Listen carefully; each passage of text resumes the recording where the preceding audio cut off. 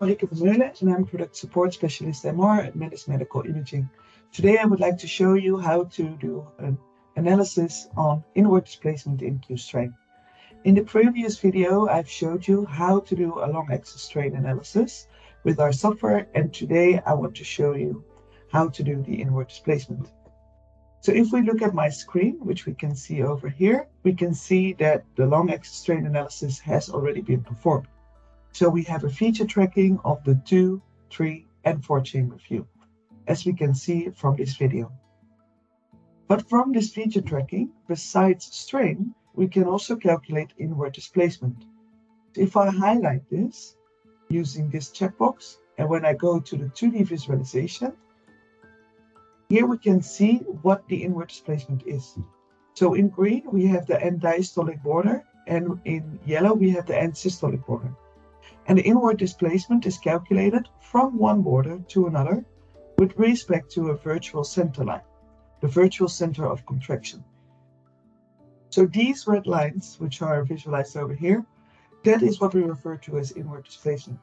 And inward displacement is a regional parameter, so we can also visualize it in the bullseye plots that we can see from here. On the left-hand side, we have an inward displacement in a percentage. 0% no displacement, 100% means a full displacement to the center of contraction. On the right-hand side, you also have an inward displacement index, and this is a normalized version of the left side with respect to the normal value of every individual segment. So if we have a look into the 3D visualization again, what we can also do is we can play a movie. So I can set 3D movie to on. If I set the movie on, I can see the motion of the LV with a color overlay of the inward displacement. And what we can see is that when we are in end systole, in this case, we have a nice homogeneous inward displacement, so a nice homogeneous contraction of the left ventricle.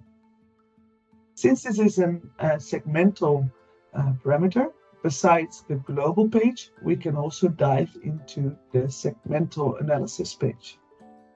So this segmental analysis page, we've also already seen this for the strain analysis, but as you can see here, we can also check inward displacement. So here we have the inward displacement curves, again, the index and the normal inward displacement. And here we can visualize in the table the peak and systolic and time to peak values. And to have a look at the asynchronicity, it's also possible to see here the maximum opposing wobbling. So this inward displacement parameter, it is really an extra on top of the strain that we already calculated. And it can be calculated regionally in the bullseye plot, but also here in the segmental strain inward displacement curves.